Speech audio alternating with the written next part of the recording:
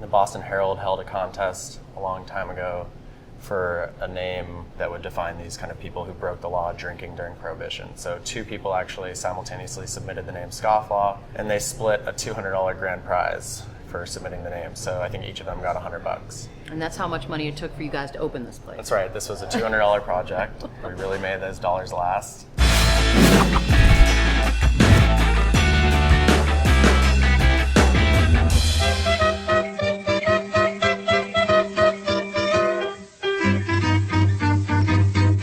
We are here with Dan Shapiro from Scofflaw, and you are one of the co-partners and head bartender, right? Yes, ma'am. Okay. So, Yeah, because you guys did this all yourself, right? You invested all your own money and everything like that? That's right. So it was a true labor of love. And why a place that is gin focused? What's so great about gin?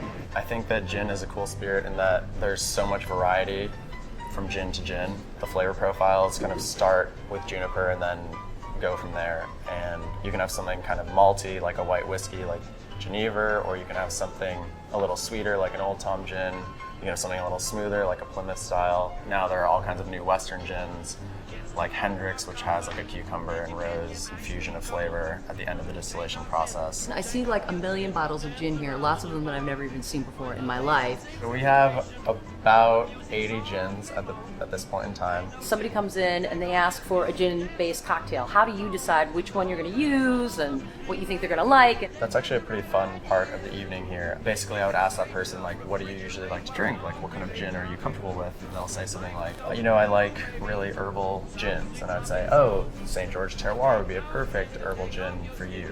Then I'll try to build whatever they're looking for around that particular factor. The cool thing about this neighborhood in particular, the type of person that lives in Logan Square is very open-minded. Picky drinkers do not really exist in Logan Square, at least in the same kind of numbers as they do seemingly in other neighborhoods. So And it lets you guys be the experts. it is nice when someone just comes in and they trust you and there's like an open communication, Right. and that kind of relationship starts to develop between you and the guest. So you love gin so much. Are you guys doing a private label? Yes, so we have collaborated with North Shore to produce our own Old Tom gin. We're about to be at our 1,000th bottle, so we've gone through 1,000 of the bottles. Do you make it and then you just serve it here, or are you Yeah, distributing it elsewhere? we just have it here for now. There are some plans in the works to have it distributed a little bit wider. And what's the difference between that gin and other gins? Like, So the Scofflaw Old Tom gin, and Old Tom gin is a slightly sweeter style. It's again like pretty juniper forward, but there's more orange peel and anise. And in the case of our Old Tom gin, there is the presence of osmanthus blossoms. It's 90 proof, so it's a little bit higher proof than the other Old Tom gins on the market. you know, all this talk of gin is making me thirsty. Yeah. I was wondering if you could make something and let's drink it. All right, let's make something right now. Now, did you make up this combination yourself? Or? Yeah, just now for you. Oh, I feel so special. Scofflaw Old Tom Gin. Cookie Vermouth de Torino, which is a Turin-style sweet vermouth, which means it has like big chocolate and vanilla notes to it. We're gonna use Leatherby Malort. We have Malort on tap, actually.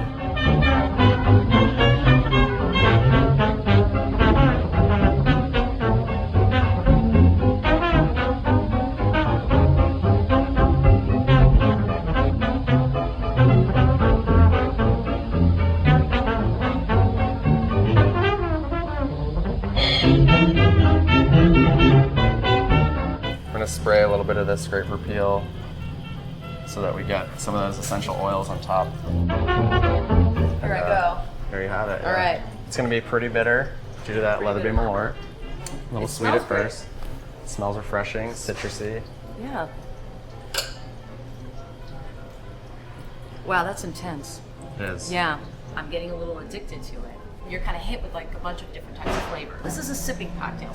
We encourage people to stay and hang out as long as possible. We try to create a comfortable space. We do cookies at midnight, so people that do spend a lot of time drinking cocktails, if they're here early enough, do get a reward in the form of a freshly baked chocolate chip cookie. I would come here for cookies and Thank you. It's definitely my mentality that if you care more than anyone else, then you're going to succeed on a greater level.